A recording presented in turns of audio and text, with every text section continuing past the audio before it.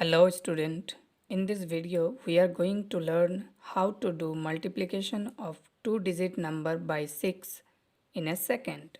So let's start. Let's take an example. 44 into 6.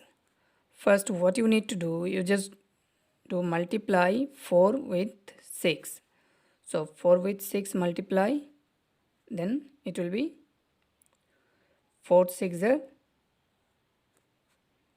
24.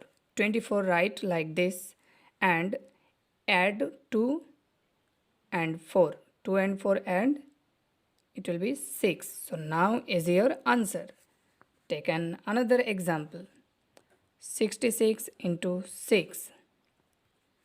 See, same thing, multiply 6 6 are 36 and 3 and 6 add 9. So is your answer. Okay.